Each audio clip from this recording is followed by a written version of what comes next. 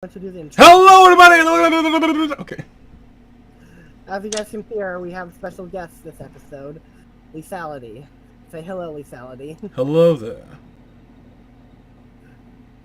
So, we have a couple of topics to talk about today, so, shall we get right into them, everyone? I don't see why not. First one being congrats for Lethality reaching 60 subs. Yeah. Yes, congratulations. I'm getting pretty close to that. I have 1 sub, I think, even though I don't make any videos, so I'll make it there. Well, one's better than 0. Yes. That is true. So, I guess to start this off, I'll ask you guys, let me see, where should I start? Oh, yeah. Our first topic was going to be game addictions. Right, that's right, sorry. Anyway, Is gaming the new cocaine in the community? Find out next week. find out next week on the episode of this episode. Yeah. On that next episode of Dragon Ball Z. It's on Dragon Ball. Sorry, 1 minute.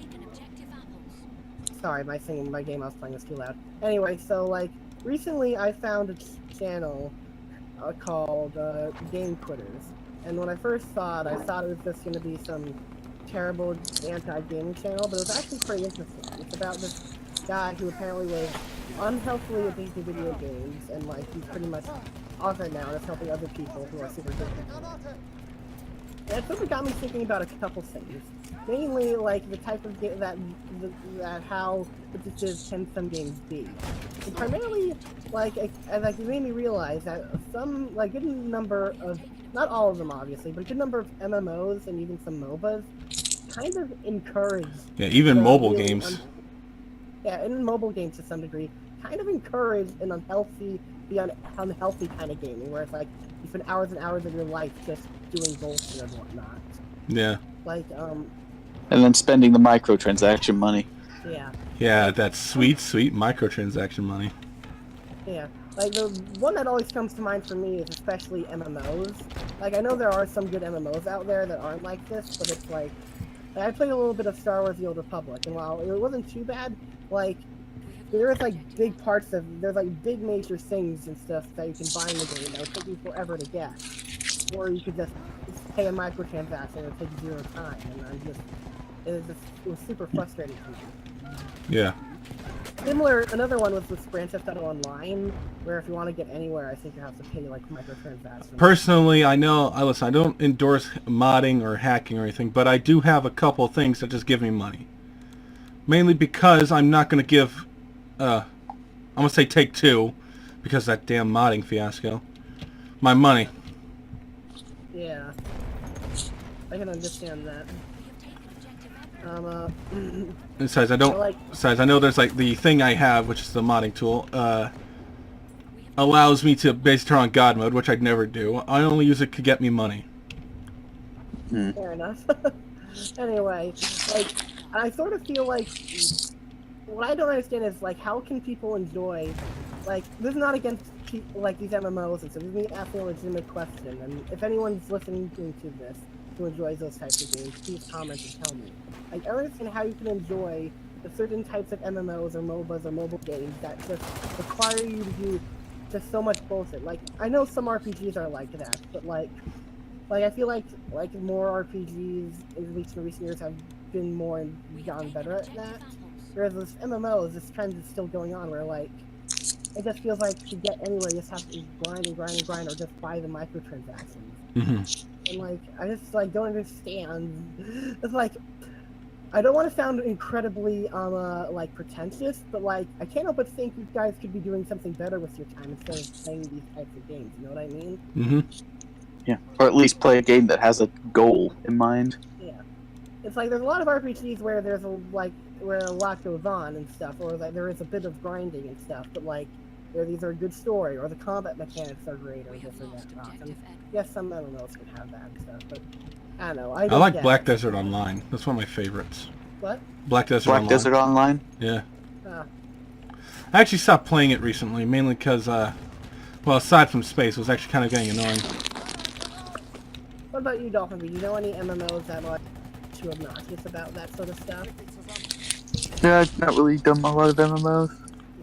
Yeah. I used to be really into World of Warcraft.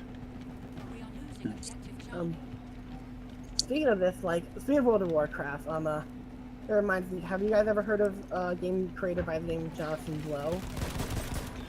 I'm sorry. No. Jonathan Blow. It's his real name. You can look it up. Oh my God! I can imagine the amount of gay jokes I can make currently right now, but we're not going to do that. We got better things to do. No, of course not. I mean, imagine if his name was Jonathan Blow Johnson. Oh my God.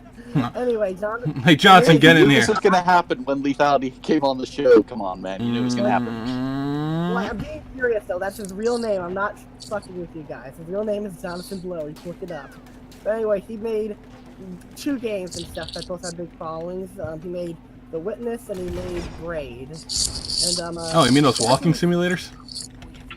They're not walking. Like, well. Or puzzle solving, I think it would be more accurate. Neither of them are walking simulators. Like, Braid is like a platformer, and I think The Witness is like a puzzle game or something. Yeah. It really plays with perspectives and whatnot. And he actually, I think, said once that he sort of hates games like World of Warcraft because he thinks they're kind of unethical with their time sinks and whatnot. Like, what do you think of about that? Do you think World of Warcraft is like that, or do you think he's blowing smoke at the past? It's, how do I say it? He's partially right, and then again, he's also, I could say he's 50-50. He probably said it for attention, but he's probably speaking from the heart. Yeah, because like, I don't know, I think saying something's unethical is a like definitely a very strong word, but on some level, I kind of agree with him that some of these MMOs or like games where all they are time sinks and whatnot and just waste people's life. Damn, I need a bigger mouse pad. Sorry, I'm talking to myself.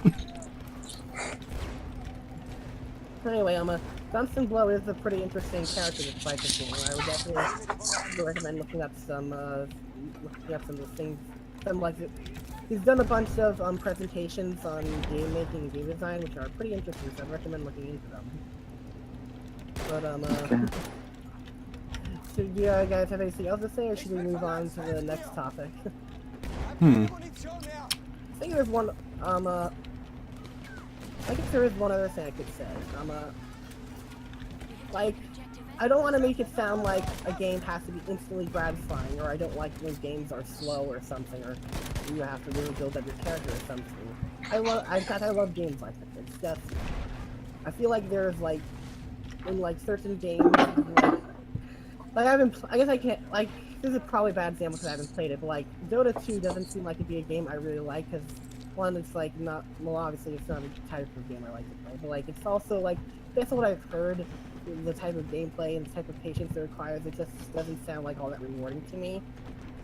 You know what I mean? Yeah. I like games, like, I like games where I feel like, not that there's a point to it, but like there's something that I can get out of it, or there's something worth it. I don't like it where it's like, I spent 50 hours to get a new skin on my gun and stuff that I could have paid for $20 or something. Or like Battlefront 2, where the whole point where apparently playing 50 hours to unlock Darth Vader is part of the fun. Yeah, I've yet to unlock him, and that still pisses me off. Well, apparently it takes like forever to unlock him because without my. Actually, it really does. I mean, I have to correct you there.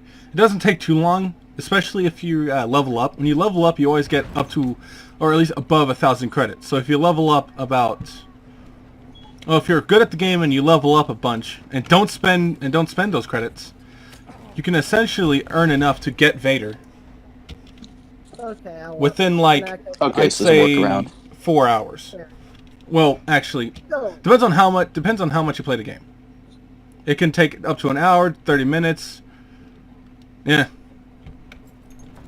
Still a little long, but like. Yeah, but understand that I didn't do the math, so, you know, don't at me. So you have no problem spending a long time in the game as long as there's the goal that you're trying to reach in it. Yeah, it's funny when as soon as you reach that goal, you realize it meant nothing. Well, not really. I want the game to be have two things: be fun and stuff, and like to be fun, like maybe have a good story, and to just like have a good goal in the end. Like if So kind of like Breath of the Wild, I guess. Yeah. I guess to a degree. I guess another great example to me. I've been talking a lot of PlayStation. I guess Would Doom be a good example? I know one great example, but I've been talking about this a lot. The Yakuza series and Persona 5. I feel like from beginning to end, like they're great experiences which have fantastic endings that make you feel like the journey was worth it and whatnot.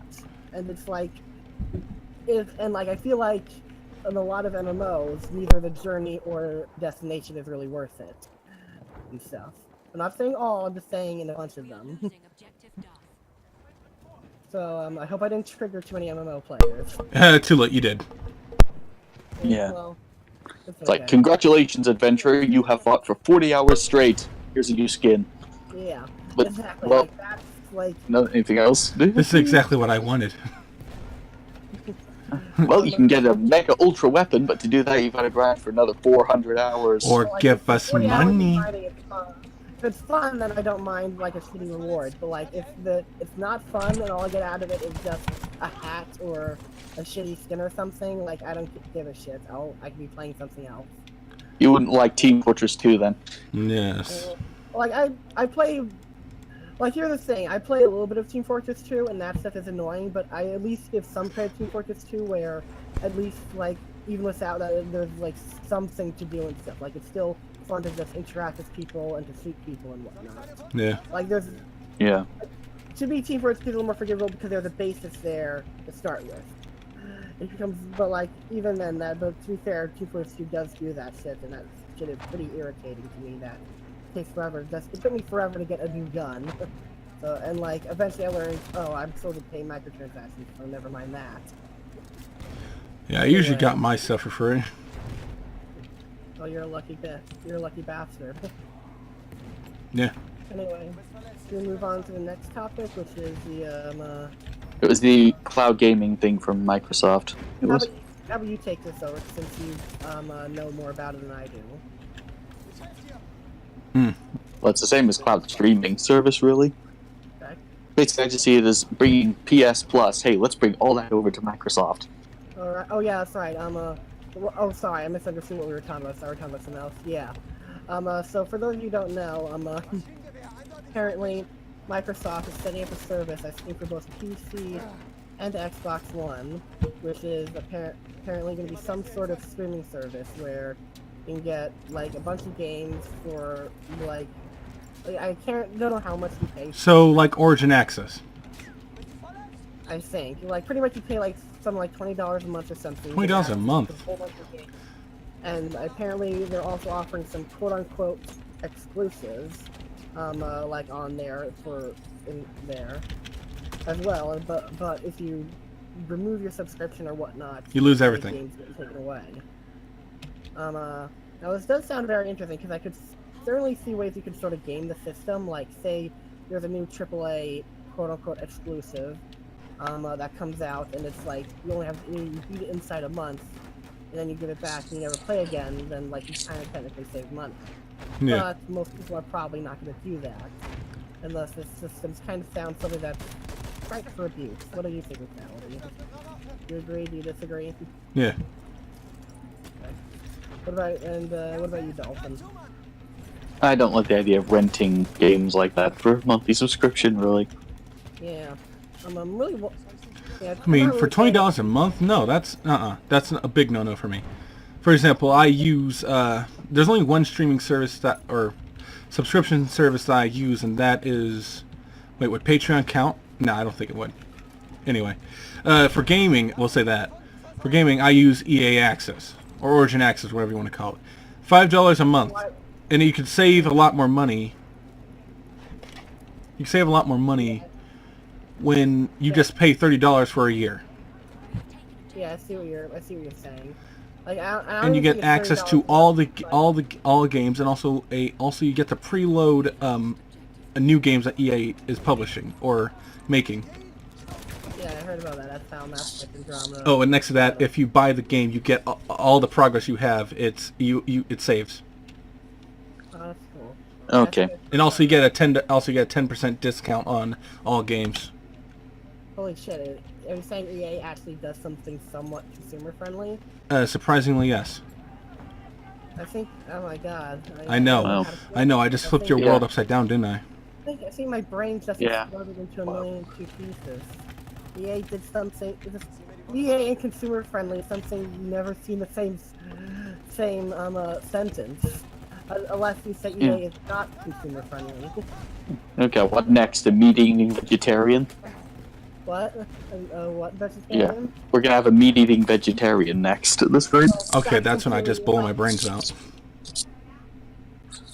No, like what would blow my brains out next is if Half-Life 3 ever comes out, but that's never happening. So You'll be fine. That's when it comes out. You're like, uh-oh. Well, we gotta keep up on my promises. if Half-Life 3 ever comes out, I'll buy 30 copies of it. That's how certain I am that it won't come out. And I probably won't keep my promise if it ever does come out, because I am a backstabber. Yeah. So yeah, pretty much all unanimous agreement. It sounds like, because like if there's some things that were really cheap, it would have been.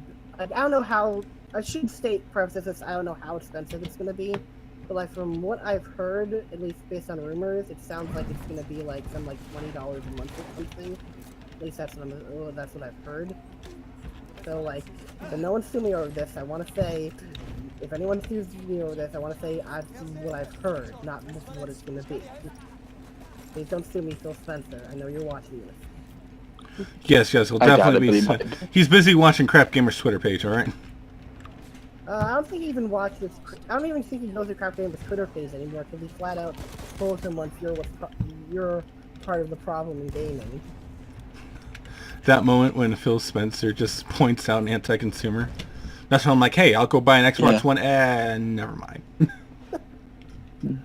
Well, like, no, like, what happened was Crap Gamer was saying that you betrayed the Xbox fans by releasing Quantum Break on Steam, and... I'm not, I deleted my pre-order.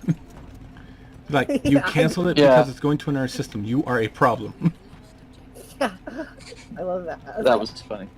Like, I don't pre-order games in general. I've only pre-ordered 2 games ever in my entire life, so I'm not really a pre-order guy. But even if I was, why would you ever cancel your pre-order over the fact that it's coming to another system? Shouldn't that just make you just kind of happy? Like if any of if any games on the PlayStation that I love end up coming to the PC, which I actually hope they do, I'd be really happy because that way. Persona 5. Yeah, exactly. Yeah. Unless it's Crash Bandicoot, apparently. Yeah, I actually played some Crash Bandicoot on the PlayStation 4, and I thought it was a pretty good game. Glad PC and Nintendo Switch and Xbox One are getting it. And this is coming from a guy who's actually doesn't have nostalgic connection to it, so don't claim I'm just nostalgic. Yeah. Yeah. I can always play it on my emulator, but since it came out with a remaster, I'm going to have to purchase it. Yeah. You know, because that's how I am. Like, for example, I emulated, Breath of the Wild on my Wii U emulator, and I went out and bought the game. Really? Yeah, I still have it on my corner. I just don't have the system for it. Yeah. Oh, wow. Like, that's my rule. Like, if it's a game that you can emulate on your computer, but you emulate it for free, not buy the game because you got it for free, I don't like you. Well, that's a very good... What do you mean, you saying you don't like people like that, or...? No, I don't like people that go, oh, you know, I'm going to emulate this game because I can get it for free. Look, if you can purchase the product, get the product. If you can't purchase it because, you know, it's old and it's not... Yeah, I totally agree with you and stuff on that. Like when it comes to systems, I think you're more than justified than to emulate it because they're withholding a product because of a bullshit reason. But like, if you just emulate it just because you can get it for free, then like, I don't think that's any better. Yeah, then get out of my face. You're the problem. Yeah. I'm not saying if you emulate, you're pirate. I'm just saying like, I don't think it's any better than piracy if like you just emulate a game just to get it for free. Speaking of emulation, what was I gonna say? I'm kind of wondering if I should bring this up and stuff because I'm Well, don't blue ball us now. You just brought it up. Come on, say it. Congratulations, you've piqued my interest. As you guys know, as you've probably heard me in the podcast, I've love the Yakuza series by the fact that I literally haven't shut up about it since forever, and I do a terrible job explaining it. But like interestingly, apparently the second Yakuza game, which was originally a PlayStation 2 game, is apparently it got a remake already. It was released in Japan, but it's getting localized. And I actually have a controversial opinion on it, and that is I don't know if I'm too excited about it, and that's because apparently like they've changed a bunch of things that aren't necessarily for the better. Like they changed 80% of the soundtrack. They cut out the whole other area from the game, and like some scenes where that had really like a certain mood, they completely changed the tone of it. They've changed a whole bunch of things, and not all of it is for the better. Like one of those remakes. Some of it I think is because some of it I think was because it's a budget title, which means they're running on a lower budget and stuff, and are doing it sort of as a passion thing.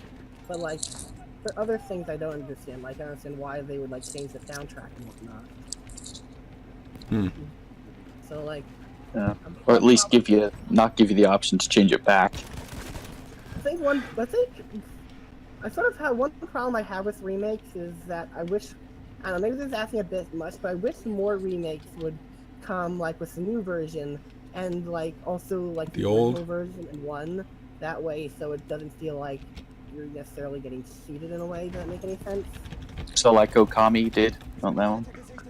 Sorta, yeah. Or like, I mean, this might not be a good example. I mean, for those who don't know, that game, you can have the option to play it as it was on a console or the PC.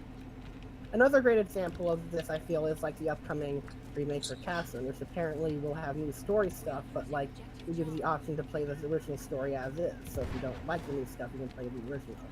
And this might not be a good example because I heard the game was bad, but the Halo Master Chief Collection at least allowed you to switch graphics on the fly, which I think was pretty cool. Now, from what I've heard, the game itself is pretty bad, but that one thing is something I appreciate. I wish more people would do, you know what I mean? Yeah. Yeah. And like the reason why I'm kind of like that is just because I can't help but like get annoyed when sometimes like some people who had nothing to do with the original take it upon themselves to like fix the game as it was, you know what I mean? And they end up fixing things that just don't need to be fixed. Yeah, and I can't help but like I mentioned that in briefly one of our podcasts out of the Colossus remake and stuff, but like sometimes I just can't help but feel like it feels a bit scummy to me because it's like it's something like some other developer made and whatnot, and yet that you are going to come in and fix problems that you perceive it has. You know what I mean? Yeah. It'd be like not enough blacks and minorities. Quick, fix that. Yeah, it's like that, or it's like not enough women. Say the game you love, yeah. and like then someone like at least Sally. Anita Sarkeesian. Really what? Anita Sarkeesian. Think of I had to pick the worst option I could think of. That or Brianna Wu. Okay. Don't think of people. Think of an older game for a second. All right. That you really love. Oh. Okay, then if you were asking about people I really love, scratch those two off the list. Anyway. No, I'm not saying people, I'm saying video games. All right, let me think. A really old, I know. Hang on, I need to think about this one. Okay, while you think, I'll try to think of a better example. Like, I'll pick a game you love, DolphinVi. Like, say they took Final Fantasy X and instead of remastering it the way they did, and like they changed a bunch of things that never needed to be changed. Like, let's make Waka a transgender or something. Or all right, now you've crossed the line. Well, that would not make any sense. I don't know why they would do that. I'm trying to think of a better example. It's like I really hate. Especially since he gets married to Lulu. Spoiler. I don't know why they make transgender. Imagine if instead of giving you the option in the Final Fantasy X remake of playing the new soundtrack, like if they didn't give you the option of playing the old one or the new one. Legend of Zelda: Ocarina of Time. There we go. Yeah, imagine they took Ocarina of Time and they made the atmosphere worse. They replaced the song with all that new stuff, and but the graphics are prettier and stuff. Like remakes like that, just like really do rub me the wrong way because it's like you're making creative choices that it's like why would you change elements of a game that everyone loves and stuff? You know what I mean? Yeah, I mean change elements are legitimately broken. Yeah. like with the Shadow of the Colossus thing, they increased the frame rate and they made the world look better. Well, yeah, those are good things. They should have changed those. Yeah. So the PS2 was just not the console that game should have been on. It was a really weak system. Yeah. It wasn't very impressive for its time though, but like that's because the PS2 was so weak, not because. Anyway, do you guys have anything else to say about game remakes, or should we move on to another topic? How about the Dark Souls is getting a remaster since this is the Dark Souls podcast? Let's mention that. Oh yeah, that's right. I actually forgot about that for a bit. What are your guys' thoughts? You forgot about Dark Souls? No, I didn't forget about Dark Souls. I just forgot it was getting a remaster. I'm done. I'm leaving this podcast. I don't want to be a part of you. Well, all right. And that's addicting, of course. Yes. Anyway. Too much for me. Let me think here. Well, if you hate me now, get ready to hate me even more. I've yet to play Dark Souls. I've played Bloodborne, but like I haven't played it. Well, if you played Bloodborne, then you're close enough. Yeah. I played, like, to be fair, I played a little bit of Dark Souls at a friend's house, and I thought it was really good and stuff, but I don't own the game yet. What I'm doing right now is, like, I'm gonna wait till the Nintendo Switch version comes out and see if it's, like, a good version. If it is, I might play it on that, and if it's not, then I'll just get it on PC or something. Well, from what Digital Foundry has said so far, it looks to be good. That's good to hear. Yeah, they looked at the actual live gameplay footage that Nintendo provided. I didn't even know that was out yet. I'll have to look into that. Anyway. Yeah, it's on Digital Foundry's channel. You can go look at it. Cool. Anyway, what am I gonna say? Oh yeah. What am I gonna say?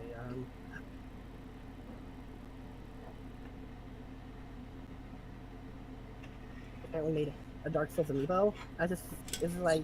Really and it's Solaire praising the sun. Of course, they made that one. I was like, to be fair, yeah, and I saw that. I was like, I need to buy a Switch. You buy a Switch just for Solaire, yeah. You know you don't have to. You know you don't have to get a Switch to get the amiibos, right? I'm gonna pretend like I knew that, but Okay. Damn it! Now I can't get the words "praise the sun" out of my head now. Well, maybe you shouldn't get. Was it fun? Is it funny that when I was playing, what was the game called? I think it was Call of Duty. And I shot a guy in the head, and he screamed, "Dude, that dude just made me praise the sun," because this ragdoll raised his hands up to the sun and died. Did he really say you just made me praise the sun? I was like, that sounds like a really awful joke. I think he didn't mean to say that. I think he meant to say something else, but I was just like, ha, Dark Souls. Yeah. Then it just got me thinking, I need to finish Dark Souls. Well, I don't get why Dark Souls. Yeah, I'm still stuck on Ornstein and Smile. I don't get what's so special about Dark Souls, since according to the game journalist, games just like it come out every other day. But is it really? Well, it attracts masochists like me who just, I have to get to this goal, I have to get through it, nothing is going to stop me. No matter how many times I get killed, I can do better. I defeated this boss. It makes me want to kill. I have to beat this boss. Some Dark Souls comparisons I can understand, like the game Neo, because apparently that game is a lot like Dark Souls in a way. But like comparing games like Cuphead or Crash Bandicoot just like seems a bit extreme. I mean, yes, they're hard games, but it's like, I don't know. I made this point before, so I'll shut up. Yeah. I mean, come on, Cuphead is nothing like Dark Souls. Dark Souls actually has deep lore to it. Cuphead doesn't. I already told you, DolphinVi. Cuphead does have deep lore. You just have to look hard enough. Yeah, you have to watch that one guy's platforming. You have to watch 20 episodes of Game Theory, 7 episodes of JTech TV. And that one guy that couldn't get over that podium. Yeah, and you have to watch 7 videos of JTech TV telling you why you're wrong, 20 Craft Gamer videos, watch The Last Jedi 27 times. Hail Hitler. Play Cuphead again, and you'll see the deep lore that Cuphead has. Yeah, and then eventually you'll realize that the Jews were the reason why games are bad. Oh my god. And that's when it's like, we're not having this guy ever again. And you'll also realize why Anita Sarkeesian is right to do nothing wrong. You're right. Please excuse me, I need to go slit my wrist. Anita objectively is the greatest ever. And I have a cardboard cutout of her. No, okay, we're gonna stop you right there. Okay, see, this is why you're Pinky and I'm the brain. you run your mouth. But I am the brain. I thought you're the pinky. Yeah, one is a genius, the other's insane. Which one do you think the audience says you are at the moment, dude? Come on. Do you guys need a moment? I think why wouldn't the audience agree with me that I need to start using a smart, intelligent analysis? Excuse me, I need to go commit Kurt Cobain right now. I'll be back. Actually, no, I won't. What am I talking about? Yeah, let's go to a different subject then. Okay, fair enough. What else do you guys want to talk about? Want to talk about any upcoming videos you're planning on, Lethality? I'm doing the JTech one where he says PC exclusives are coming to console. Oh yeah, that's right. Oh, that one. And I was working on it. I was like, wow, incredible. The amount of stupidity in this video honestly needs to be a world record at this point. Honestly, at this point, I expect JTech to say anything. Like, if PlayStation's all exploded tomorrow, I would expect him to somehow defend it. It's like, well, this is because of the racist PC guys. What? You heard me. What race? I'm sorry, I didn't hear you at. It's called because PC gamers, racism, and Oh yeah, right. Oh, that one. Master Race. And you can't deny my irrefutable evidence. Well, it is true. It does say they are the master race. You know, they are superior. Well, Lethality might be onto something. Yes. I mean, JTech did complain when he went to Rags' Discord server. He saw racism and animal porn. Yeah, but that's on my server as well. Yeah. That's on John's server. That's on Fertanga's server. That's on so many servers I've been in. And I think, But I the think problem, it's on my but the server problem, as well, the not safe for work section. but the problem is that usually it's me that's providing it. Well, I'm probably the only one that's safe from this porn you guys have because I'm a good boy who does nothing wrong. Oh, I'm sure you are. Papa G, I'm sure you are. Yeah. So, yeah, Speaking of that, Lethality, you said you were gonna re-energize my not safe for work section. Oh, don't worry, I got a bunch of new content. I swear that the woman came on to me the other way around, sir. The woman came on to you. Now, you see, that could mean two things. I didn't do anything wrong, officer, I swear. Alright, what's your name? Harvey Weinstein. My name Jeff. is, Jonathan McIntosh. Oh, God. Oh, my goodness. Oh, my God. It appears he's gone full Macintosh. Full Macintosh. No, that song stuck in my head. Oh, no fair. Oh, by the way, speaking of Jonathan McIntosh, I think he said I think he was unironically praised the Kinect not too long ago. They were saying it's a shame that Microsoft is confused with Kinect. I don't know how to respond to that. Well, here, how do you respond to this? From Software, the maker of Dark Souls, they actually made a Kinect game. Excuse me, one moment.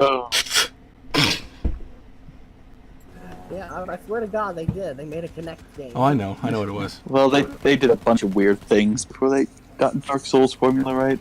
That's true. I mean, they made the Adventures of Cookies and Cream for the PlayStation 2. What, seriously, you guys made that game? Yeah, I actually did look that game up, and I was like, wow, that's really funny that they made that game. Yeah. The people who helped with Dark Souls did this? I'm sorry, Lethality. Or am I thinking of Bandai Namco? Namco, yeah. What else was I gonna say? Yeah. What was I gonna say? Yeah. It is definitely funny when you look at certain game catalogs that certain companies have made. Like, Yeah, we'll look at Activision. Oh yeah, Activision. Yeah. In fact, even Atlas, even that one. Yeah, they published Virtual Highlight for the Sega platform. That was a terrible game. Yeah, and I think what else did they? Oh yeah, Atlas.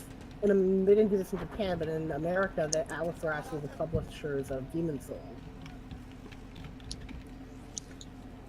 Yeah. Yeah. So, should we finish up this podcast, or I don't even know how long the recording's been going on for. Me either. Even though I'm the one recording. What do you guys think? I guess there's one thing we could talk about. It was, let's see, I put this down. Papa G, how you got interested in the PC and how you are in it currently. Oh, I'm not sure. Yeah, tell the viewers more about you.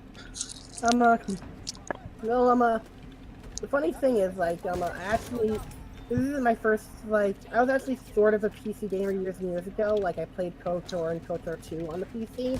But, like installing those games, and even though those are really great, fantastic games, installing them on my laptop at the time was really frustrating. And because of that, I just assumed all PC games are like that. So I thought for years and years, there were just all these frustrating things to do. So, like, I always thought PC gaming was better, but more complicated, and since I'm not the brightest tool in the shed, I always thought I was a good console since it's idiot-proof. That's a lie right there. I broke like 2 360s. Funny thing is, my Xbox 360 still works even after all these years, and I only bought one. Oh, lucky. I know. I don't know. I went through a PS2, the line of death, twice. I don't know how I got so lucky, but I am lucky. Every once in a blue moon, I still go on it just for nostalgia and whatnot. But anyway, I watched some videos from people. Eventually, got around to watching videos from people like Rags and Top Action Campaign, and like I saw their videos on PC, and I like really liked them, and I thought that they made a lot of good points about things I hadn't considered before. And like I was already interested in the modding community for games like Skyrim and whatnot, so after that I was like, you know what, I'm gonna finally pull the trigger and get a PC and whatnot. The only problem is that I didn't find out till afterwards that the best way to be a PC gamer is to build a PC, and I didn't figure it out till after I bought mine and set mine up. Yeah, here's what I have to say about building a PC. At first, you'll mess up. Your first build, garbage. Believe me. I did no research. So I ended up building my first PC was built with a dual core A4 6300, which is AMD. A graphics, what was it, 4 gigabytes of RAM? No, wait, I upgraded to 8 gigabytes of RAM with an R7 240, which is such an old and bad card that no one should even know its name. And what else was it? I don't remember what else was in that build. It was just an entirely garbage build, honestly. I regret building it. Well, it's okay. I regret not building mine because, well, like, not really. I don't regret it superly because my PC is pretty decent. But like, if I had known ahead of time that it's more cheaper and whatnot to build it, I would have like done it that way. But I literally found out it exists from the one-off video. So shows how important research is. Everyone messes up on their first build, though. Yeah. So on the second one, you do better. Like with my second one here, R5 1600. GTX 1050 Ti, which I'm getting a 1070 soon, and 16 gigabytes of RAM. And the RAM wasn't very cheap. Yeah. Thanks, miners. So I'm waiting for more RAM to arrive for mine as well. Yeah, speaking of which, I hear this year, like this, well, just this year at least, that it's going to be a hard year for people if they want to get into PC gaming, since a lot of parts are really expensive now. Thank you, miners. Well, I think I have a 6 gigabyte 1060, so I should be fine for a while until the prices come down. Yeah. I'm buying a 1070 from a friend, so. I think I should be fine for a while too. Yeah. So out of curiosity, here's one thing I was curious about. If a lot of console games obviously are really awful. Like there's a lot of really bad AAA.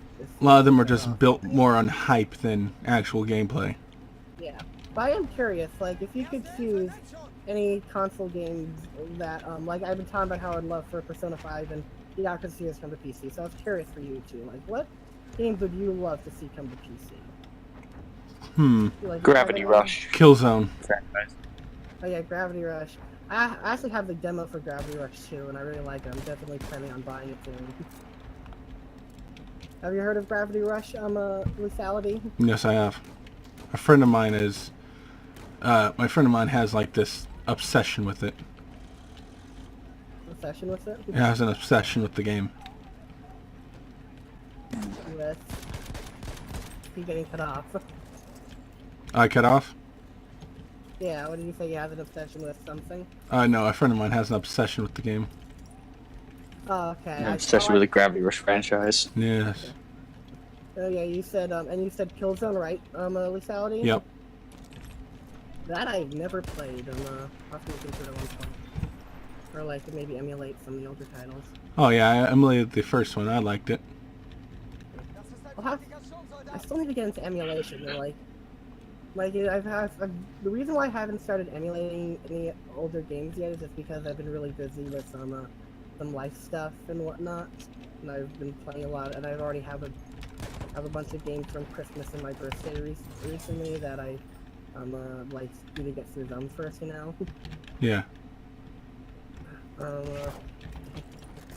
So before we go, there is one other thing I wanted to bring up, and I'd like to hear your guys' thoughts on. And that is, me and DolphinVi briefly talked about this not too long ago, but we didn't talk about it with lethality. Mm-hmm. That is the newest Rare game, Sea of Thieves. I like the look of the game. You like the look of the game? Yeah, I like pirates. I may pick it up.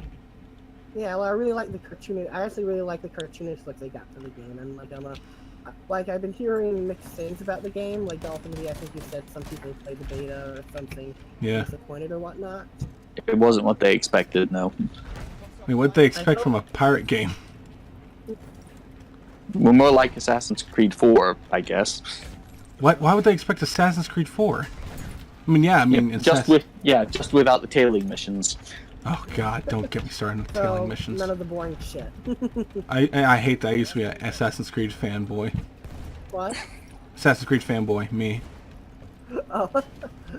Bought every single one of the games. That's okay. Until 4 was so good, it was just the tailing missions. After Syndicate, I just stopped. After Unity, I just stopped. I don't even mind the tailing missions on principle. I just wish they'd let you have more fun with them. But there's so often it feels like they restrict you from going on to certain other areas or whatnot. You know what I mean? And they're strictly there just for an exposition dump. Yeah. Like, can I not get that some other way? And of all things, a tailing mission in a boat? I was like, what the hell were you thinking, developers? What is this? I don't remember that mission. There was a tailing mission in a boat? Yes. In the wilds of yes, there was. It was hell on earth. I hated every second of it. No. I must have failed that one about 25 times, at least, where I even got to the first half of it done. Like, one time I remember specifically in Assassin's Creed 4, I was doing a tailing mission, and I'm like, I know, let me try to do it the fun way, by jumping up on buildings. There were like 1,000,002 guards everywhere. Like, Ubisoft doesn't want you to have fun during those missions. They just want you to do the strict little thing and whatnot. Yeah, hide in the crowds. Like, no. Well, like, what if I want to go up there? Nope, too many guards. What if I want to do this? No, they're going to spot you immediately. My only problem, one problem I have with the newest, this doesn't sound totally weird, but like one problem I have with the Assassin's Creed game is how like I like the idea behind the modern segments of the storyline. Yeah. But they do nothing with them, especially with the Juno twist. Like at the end of Assassin's Creed, there's a twist where like, oh, Juno's now out in the world, she's gonna get them, and for several games, and like, when I first had, I was like, oh, that sounds cool. I wonder what they're gonna do with it. Nothing. And several games later, I'm still waiting for them to do something with it. I think the extent that she's done is just appeared in cameoed in a few games saying, oh, I'm stuck on the internet, but I'm gonna do bad things one day. Am I right, lethality? Yeah. Yes. Yeah, so, maybe one day, if Ubisoft ever gets balls, they'll do something with that plot line, but I don't expect anything to happen. Yeah. Until now, I guess she's more like the Lord Sauron in her watchtower. She's watching the Earth. I'm gonna do evil things eventually, but now I'm just gonna watch you all. I'm just gonna sit here in my tower with my giant eye, waiting. You know, just doing thinking. I have a plot point that maybe Ubisoft will one day getting the balls to do something with. Ubisoft, and the tale of no tales. Yeah. Maybe. I once on another podcast jokingly said that J.J. Abrams might be good for a Half-Life movie because his whole career has been based on, like, building answers and either never answering them or having disappointing answers. But now that I think about it, maybe, and now that I'm really thinking about the Assassin's Creed series, maybe he'd also be a perfect for Assassin's Creed, because if you think about that, that's what Assassin's Creed does too. They either don't give you the answers to things, or they do give you answers and they're just kind of disappointing. Hmm. Yeah, I see it now. He could be good. Because J.J. Abrams' like whole career is literally based off of blueballing people.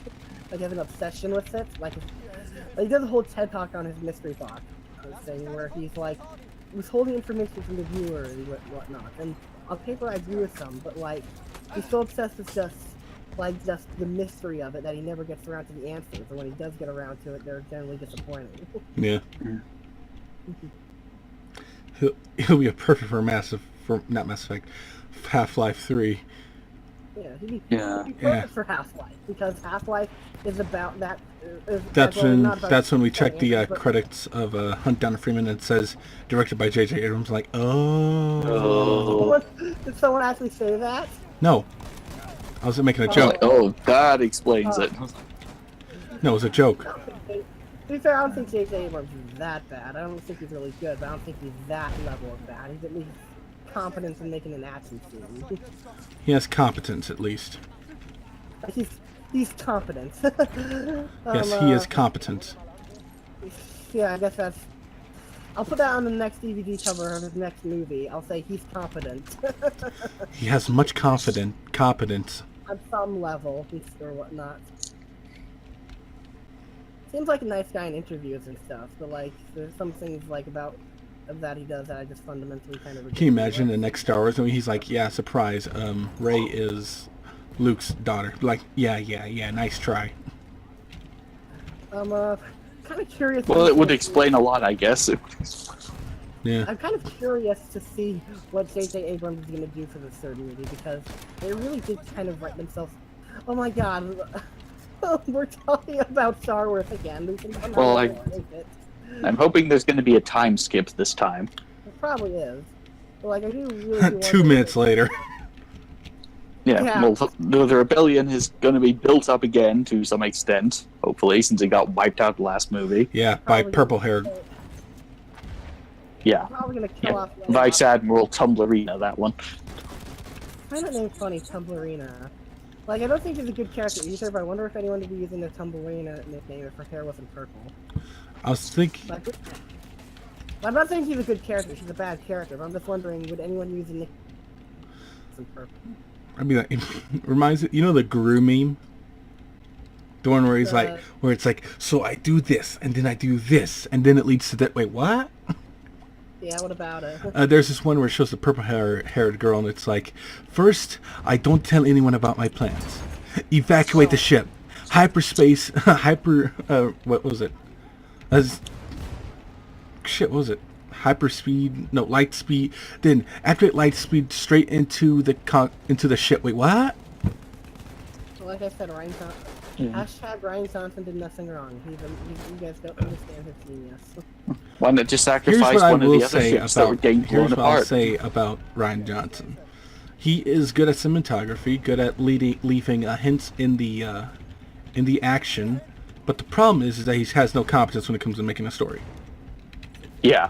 For example, if you look at, John pointed this out. If you look at Luke's necklace, it's the kyber crystal of the first Jedi Crusader, which it was Revan. Yeah. So I was like, huh, that's interesting. Then I started thinking, then why didn't they point it out? Well, like, why would they point out? It's probably just a subtle reference that they just want to put in for other fans. Well, why put it in all? Yeah, exactly. Yeah. In fact, why not announce that you're making this new animated series all about Revan? I would watch that. That's so good. So would I. Well, If it was directed by someone who had competence. Animated series about Revan. When did this happen? I'm sorry. Is this happening, or? Are they? I don't know. You guys brought it up. I didn't say that they're making an animated series.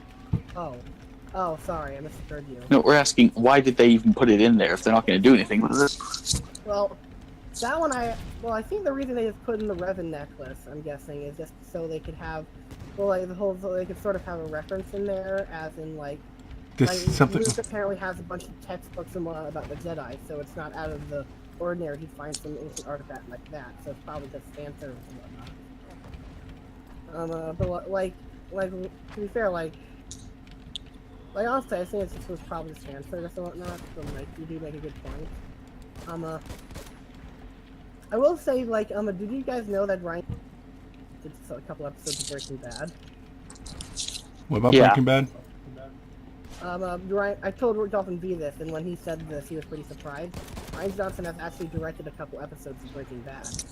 Were they bad? Good? I have to check on IMDb. I can't remember. What Checks the But- checks the wait credit a reviews and minute. goes, it's the worst. Breaking Bad, the series where a good, likable character turns into an unlikable asshole. The Last Jedi. Oh, so that's what happened. That's the explanation. Of course. I also He never think I left read Breaking Bad. I also read somewhere that I think one movie he was inspired by, he said something like, I really love this movie because it so unabashedly subverts the audience's expectations and whatnot. I was like, there's the last Jedi just comes in everywhere. He also directed 2 other movies that I heard. He directed a cult classic film called Brick, which I heard was really good. And Brick? I heard he directed another film called Looper, which I've heard pretty good things about it. Oh, but I heard Looper? the time travel of it doesn't make any sense. What? Oh, yeah, I know Looper. Yeah. It's probably because he had editors for the story. Yeah. And people He who also- proofread. I think he also directed a film called Brick, which apparently is some sort of cult classic that a lot of people love, but like not many people know about. Oh, that one. What? I need to go take a look at that one then. Yeah. Well, I kind of want to check it out to see if like I can see hints of The Last Jedi and his other things, because like early on going into it, I actually like I don't hate The Last Jedi. I consider it a guilty pleasure. But like going into The Last Jedi, I was actually like at least expecting somewhat of like not as many plot holes or whatnot because of like I heard decent things about Ryan Johnson. So I was surprised. So I kind of want to look at his other work to see if I can see pieces of The Last Jedi seep into it. You know what I mean? Yeah. What, Or hints bad of movie? some other Leia Poppins scene. Of what? There's a- Oh. That was the most. What was like, the hell? What is happening here? What Why did- did they put that in? Who was on crack when making this movie? That's the bigger question. I wonder if the next. One thing I found funny is that when the Force Awakens came out, there were so many people who were like J.J. Abrams doing Star Wars, and now it's now The Last Jedi is out. They're like, no, Ryan Johnson's having doing Star Wars, and then the prequels are out. George Lucas are in Star Wars, and it's like I guess Star Wars just repeatedly dies and comes back to life. Well, J.J. Abrams and Ryan Johnson, I say they both have more than enough blame for ruining Star Wars. Well, I don't think Star Wars is ruined. Like you can say the movies are ruined, but like there's still things like well, to be fair, the games are kind of fucked right now, but like there was still still a lot of good Star Wars games that came out in the past. There's a lot of again, I don't like saying a series is dead. Because I honestly don't know how someone can make a movie worse than The Phantom Menace. What are you over? Final Fantasy: The Spirits Within. Then watch that. Okay, excuse me, one moment. Need to go commit Kurt Cobain. Out of curiosity, what are your thoughts on The Last Jedi on lethality? Oh, I am glad you asked. Now here we go. Oh, this can be Let good. me think. I have to point out the good, the bad, and the absolute downright fucking annoying. What? The good, the bad, the downright fucking annoying. You think I'm an idiot for even somewhat liking it, right? No, not entirely. You have every right to like a movie. I don't love the movie. I like make fun of a lot of its stupid stuff. I just Let me I don't think. know, How? it's like No, you asked me the question. I will answer. Let me think. okay. I liked the special effects. The cinematography was incredible, not gonna lie. Let's see, what else? Cinematography, the special effects. Yeah, that's about it. Those aside from the good things. I will say this is one thing I want to bring out of The Last Jedi that I don't know, this is superficial stuff, but like there were certain scenes, like at least visually, like from a direction and cinematography standpoint, really like kind of wowed me to a degree. Like the scene where Rey was, I think, near a mirror, I thought was very visually interesting. And CGI was okay. One scene I really liked that I thought was really visually cool was like how I think when she was feeling the planet or whatnot, and it showed parts of the planet or whatnot when it was life, death, I don't know. I thought it was Yeah. either way, I have bad opinions, so you shouldn't listen to me. Yes. Anyway, Okay, what about the Canto bite scene lethality? Tell us about that. the Kanto fight scene? Canto Bite. The casino planet. Oh. it's such... Look, when I first saw the scene, I just thought nothing of it, but then I started listening to what Rose was saying, and I started thinking, she's saying some quite anti-capitalist stuff there. You know, I've been thinking about that, and I actually don't think they're really saying anything that... Yeah, I think I think maybe he was trying to put something else there, but it instead came out this way. Like, from my perspective, like, I don't know, like, I'm not saying it was a good scene and stuff, but I'm trying to say that I didn't really get an anti-capitalist vibe from that scene. I got more of a vibe of these people are profiting from slavery. And slavery. Yeah. And as a black male, I can personally say that slavery was a bad thing. And as a white cis male, I can definitely say that I've had more than a few slaves in my lifetime. And they've complained about it quite a bit, so I can understand slavery. Yeah, you had to lay down the law with them, right? Yeah. Yeah, I mean, like they're war and slavery is bad. Okay. War and slavery bad. I'm like, that's always a good thing. And then it's like, save the animals. I'm like, oh, I think I know where this is going.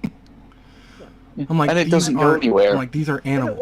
Yeah, all they did was just save some animals. Actually, you know what? All right, time to hit the complaints. First of all, Rose and Finn, their mission meant nothing. It was just they're like, hell, we should probably include them in this movie. You know, let's have them do something that means nothing. Well, to be fair, like, they were trying to do something, they just failed. Well, then why put it in the movie at all? You could take them out of the movie altogether. Yeah, you could take it out of the movie. Nothing would change. Let's see what else is there. Oh, yeah. I mean, Rey would still go back to the Star Destroyer. The First Order would still sense the rebels fleeing the ship. The ship would still get destroyed by light speed, and the battle on that carbon copy of Hoth would still happen. The reason why, like, I'm saying that I don't think Star Wars is dead, because, like, Star Wars is such a big franchise that even if the movies are dead, you still have things like the comics, the games. Well, I guess the games are kind of dead. Oh yeah, I'm pretty sure Disney is going to be splitting out the license. I heard, like one show I want to watch. I heard decent things about was a show called Star Wars Rebels. Yes, Rebels is very good. Have you seen it? Yes, I watch all of them. Yeah, well, I'm definitely. I have much praise for this show, but sadly, I will say this: nothing can beat the Clone Wars. It is, although Star Wars Rebels is a close contender. The funny thing is, I remember watching. I do wish that the show was rated TV PG, so then go a little bit more darker, like in the Clone Wars. Yeah. I remember watching the first season of Star Wars: The Clone Wars when it first came out and really liked it, but I never got around to watching the other seasons. Well, if you're going to do that, I'd say watch it on Netflix because it's there. Yeah, I definitely do. Okay. Maybe we could do a podcast on that. Maybe that we can watch it and then get our videos flagged flagged for showing off content. Well, maybe not showing off content. I mean, or we could say we're reacting and reviewing. Which is technically not copyright. As long as we put like our logos in the middle of it, it technically won't be showing the video. As long as we just say it's just we're using fair use. It's like those videos where the person is wants to show off Rick and Morty, but he has his face there and face cam watching it. Yeah, exactly. We'll just do that. We have like no one knows we exist anyway, so we'll do that. Yeah, they'll think we're dead anyway. And if we do get any problems, we'll just bitch a note on Twitter and say. Yeah, but Twitter is going to ban us because we don't have the same viewpoints. Yes, that is true. Yeah, they've already gotten rid of rags. Yeah, but that's not that. Yeah, but that's not that big of a loss. We'll just pretend we have the same. That's the reason I have a BitChute account, so they'll probably get rid of me next. Oh, don't worry, my main account. My main account. Well, to be fair, I don't even have a Twitter account because if I did, that's for the best. So convinced that I would probably hurt myself. You'd be surprised how many times people have gone like, "Oh, shut up, man! You don't know what you're talking about. You're a race traitor." Like, God, like, I legitimately don't get a Twitter. I don't have a Twitter simply for the fact that I know I will get into so many arguments as a user on there, and I just don't want to deal with it. Yeah. The problem is when you get in an argument with someone who refuses to see evidence. Yeah. That's my main problem. Because there'll be times where I'm just like, all right, listen, you see, here's the facts. And he goes, no, those can be falsified. I'm like, these are facts. How the hell can they be falsified? I'm like kind of like Last Jedi, but like I don't deny any of the flaws. And if someone were to say it's a shitty movie, I'd be like, yeah, I understand where you're coming from. I'm kind of like, you know what Look, I mean? no movie is perfect, all right? That's why we have cinema sins. I mean, except for Quentin Tarantino. I mean, come on. I actually really hate cinema sins. Controversial opinion, I know. Who cares? Yeah, you can have controversial opinion. You have every right to hate something or love something. Anyone that tells you that you have the wrong opinion needs to go shut the hell up. Anyway, Shit. I think we've done a lot today. So, do you guys want to end the podcast here tonight? Like for yeah, okay. let me just finish what I was saying. For example, in my videos, I never say this is a garbage system. You should never buy it. I only point out that each one has each console and PC has their flaws as well as their pros. Like for example, on PC you get a lot more features as well as playing games at max frame rates and yada yada yada. Consoles, on the other hand, they're easier to get into. As well as, let me see what else is there. I would argue, though, to be fair, that PCs are getting, more and more time goes on, they are getting more and more easier.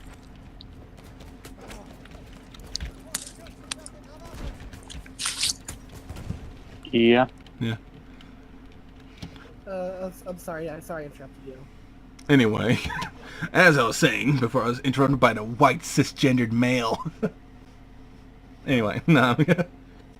Oh, I hang my head in shame due to my white privilege. Don't worry, just hang up that white robe and white hood that you keep in your closet because all white people have that in their closet.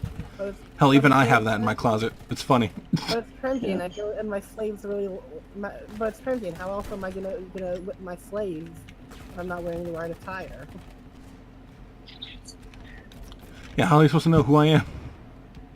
Fair enough. Okay, on to what you were saying. Alright, like for example, with consoles, you can say... Sorry, I'm getting distracted by the game. With consoles, you could say that... well, I'm not going to count exclusives as a pro, for one thing. But the fact that you can play games... Well, there's not really that many pros I can think of. Sorry. Like the games just depends. Just work. Yeah, the games work. I mean, look, the only reason I'd say not to buy a console is if the system didn't work, or if they're providing a BS business practice that I absolutely cannot support. There is one pro I can think of console that maybe you can argue over PCs. Even then, you can make an argument for it, and that's like if you're going to PC gaming, you really want to you're probably going to want something with a lot of power, and generally that's just a desktop. Yeah. So, if you want to get something with, although you could probably get, like, I'm not sure if portable computers are better or not than consoles. It depends on how much money you're willing to spend on it. So, like, so like if you want something, laptops can really get pricey. Yeah. So, especially the rare ones. So, like, want something that's a little cheaper, has a decent amount of power, and is somewhat to a degree you can bring other places and whatnot. That's not a desktop or Nintendo Switch. Then like consoles aren't so bad for that, but they have a lot of overtime. I'm not trying to become a console apologist. I hope I don't appear in. You're done. I hope I don't appear in another response video of like. I hope I don't appear in one of those response videos where it has PC gamer that say I'm a PC gamer, but. Yeah. And then it turns out that PC gamer knows nothing. Yeah, and that PC gamer turns out to be me. What a plot twist. I'd still destroy you. You would destroy me. To be honest, it's not that hard to destroy people's arguments. As long as you have facts on your side. Because if you don't have... I think the only arguments that I say would be really hard is when they're like philosophical debates and whatnot. Yeah, philosophical and PC don't mix well. And like very subjective debates, like not a very... Yeah. Like I'm very a subjective person. Instead, like some things I'm very objective about, but like when it comes to a lot of times art and video games, I generally be subjective because like I still feel like it can be that objective with like art in the first place, but also because I like to talk about like why I feel a certain way. You know what I mean? Well, with video games, you can be objective in quite a few areas. Yeah. That's true. Yeah, Drake of the 99 Dragons and Ride to Hell Retribution are terrible games. I could objectively say that. Yes. And I can say that Dragon Age Inquisition was a good third game? And like, what I feel is like, say for a few examples, like say for a few examples, like Ride to Hell or whatnot. I don't really believe there's such thing as like an objectively good or bad game unless it's like. Unless the controls are terrible and the story is moot, yada yada yada. Well, like what I'm trying to say is, and stuff is, say your opinion is wrong. Well, say the game works and it functions and whatnot, and whether it's a good or bad game after that, I think is very subjective. Yeah. Like if it's bugging out, if things don't work and whatnot, then I think that's kind of objectively bad. But like when it comes to things like story and characters, that's where I think it starts to get a little subjective. You think I'm wrong on that? Yeah. Okay. Well, we could have a debate. Might go back to the review I did in Dark Void on that one. Yeah. Like, I wouldn't mind debating The story there was lackluster. Well, you found it lackluster, but who's to say someone else wouldn't find it awe-inspiring? You've clearly never played Dark Void in that case. I'm not saying it is awe-inspiring. I'm just saying like, what am I trying to say? My game's better than your game, don't at me. What? My game's better than your games, don't at me. I'm trying to say that, yes. But what I'm more really still trying to say is, okay, I'm about to get really philosophical and stuff and pretentious here, but I'm gonna give it a shot. Alright, Roger, getting the knife ready. Okay, reality in itself is based off of our subjective interpretations. Like, there's some things we perceive on objective, and we have facts to back them up. But even then, we can't entirely say, can we truly say that they're objective? Because what if new facts come in? Like with science, a good example of this is for years and years you can consider one thing a scientific fact, and then new information can come up that will disprove that unless it can't be true anymore. So thus it can only be as objective as our subjective human minds can allow. Yeah. I'm not saying things can't be objective, but it's like inherently humans. I'm not saying you shouldn't back up your argument with facts or not. I think you should. I'm just saying I think inherently humans to some degree are subjective and stuff. Like we can try to be objective, but like our minds are ultimately very subjective. And we instantly decide to judge. What do you think? Does that make any sense? Does my viewpoint make any sense? No. Okay. Why do you think that? Philosophy is hard. Philosophy is very hard. Take it one way and it comes out another. Fair enough. Okay, I'll stop. Maybe we should end the podcast here. I could end it right here, or we can keep going. What do you guys think? And what's top of next? I don't know, what's that? We just start talking about rags? Our furry friend? Don't call me don't call him friend. I guess we could.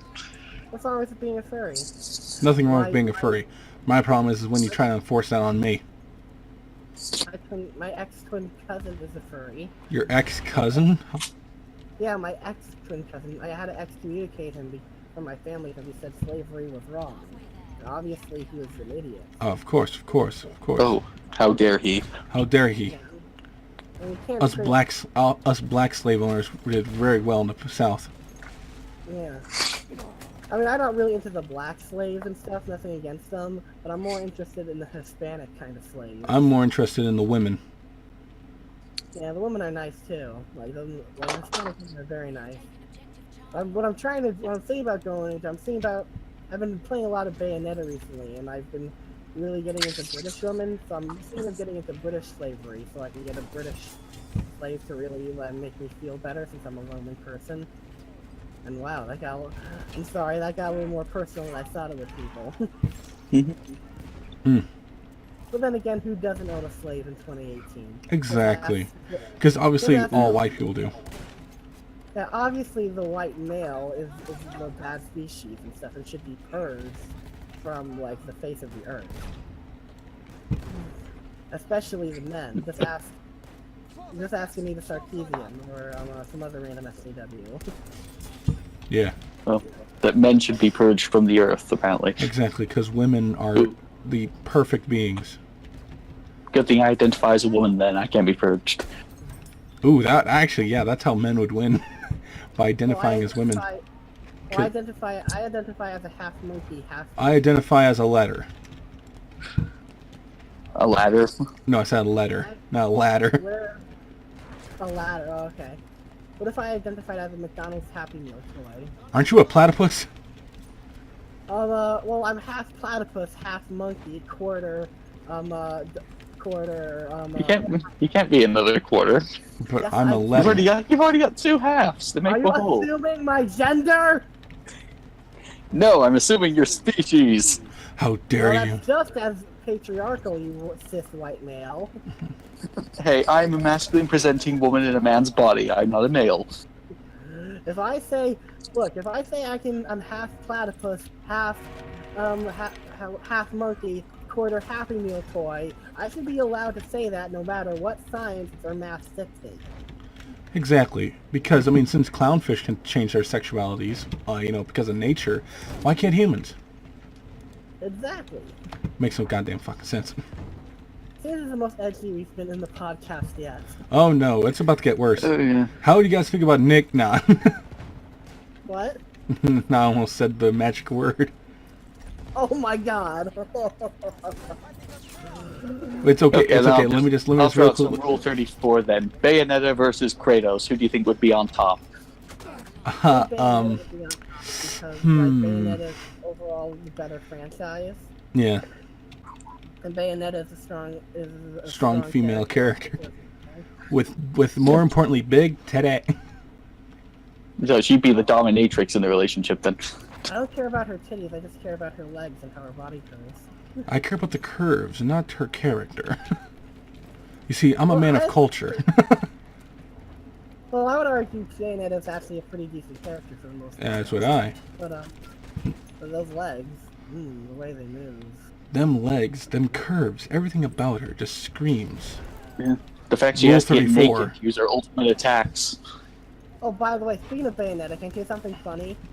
Oh yeah. Working on Bayonetta 2, they're designing some, they obviously designed some other Nintendo outfits, since they were owned by Nintendo then.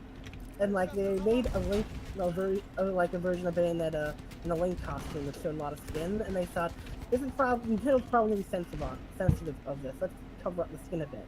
Nintendo actually saw it and was like, we wanted her to show more skin. The kid-friendly Nintendo wanted Bayonetta to have more skin. Not only that, they also partnered up with Playboy to promote Bayonetta 2. Yeah, I can show you that Nintendo can get adult if they want to be. I find it funny, the child-friendly Nintendo, was willing to do that for Bayonetta. I mean, yeah, but she is a very sexual character.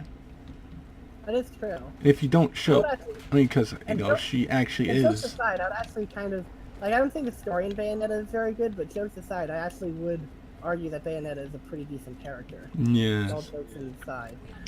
This story is not that amazing. I like But characters and I like titties, so Bayonetta is perfect for me. Yeah. Don't at me. Anyway. Actually, don't at me. I want everyone to at me at that. You can at me, especially since I don't have a Twitter account and won't respond to you. Yeah, but we have Discord. That is true. That's when every one of my servers goes at. Oh. Oh my god, if someone at everyone's, I'm gonna be able to use that Smash Bros 5 or Smash Bros whatever number meme I have. Okay, here's my opinion of Smash Brothers 5. I need to say this.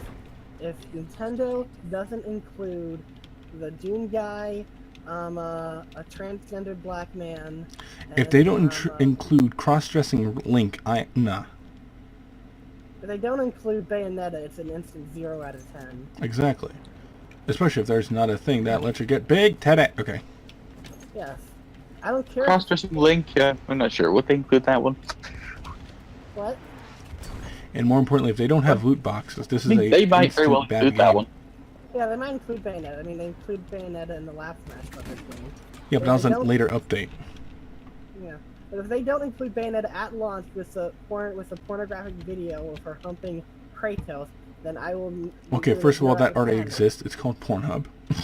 Yeah, I don't care. I want it on the Nintendo I am a Switch filthy version. I don't degenerate, care if and I I don't know. care if it's a kid-friendly franchise. I need to get horny, okay? Yes. Dude, we're using the internet. I mean, does Rule 34 mean nothing to you? Exactly. It's out there. Yes. Yeah. If you're willing to look for it, you can find it. I guess I want it animated by professional animators. Yeah.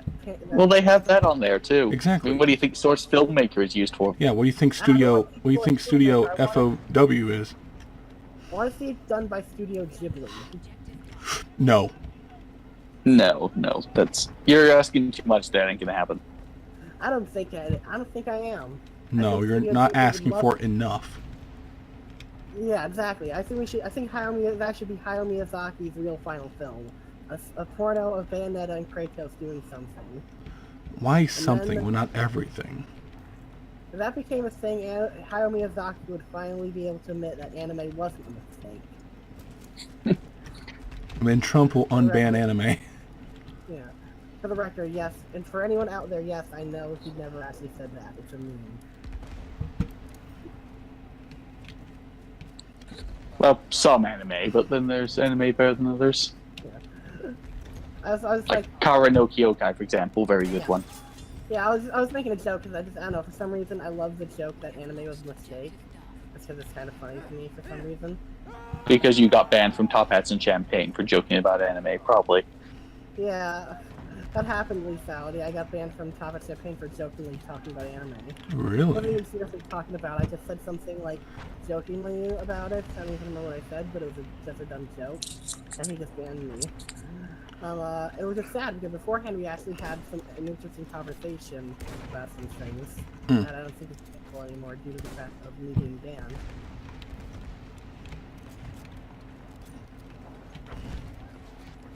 That's strange.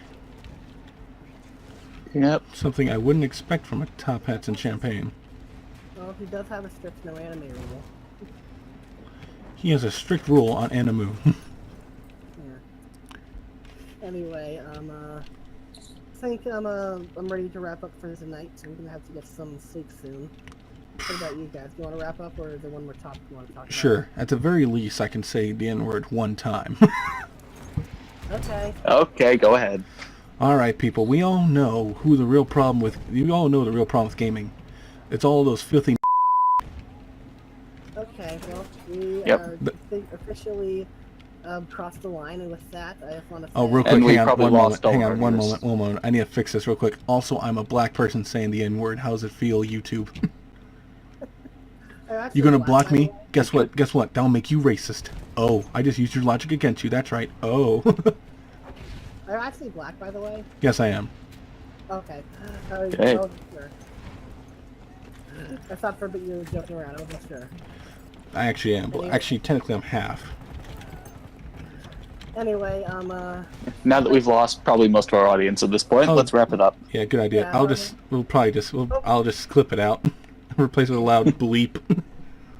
Like obnoxious, like to the point of where it'll be ear rape. dude, how would you replace it with the Titus laugh in Final Fantasy X? I think that'd be really funny.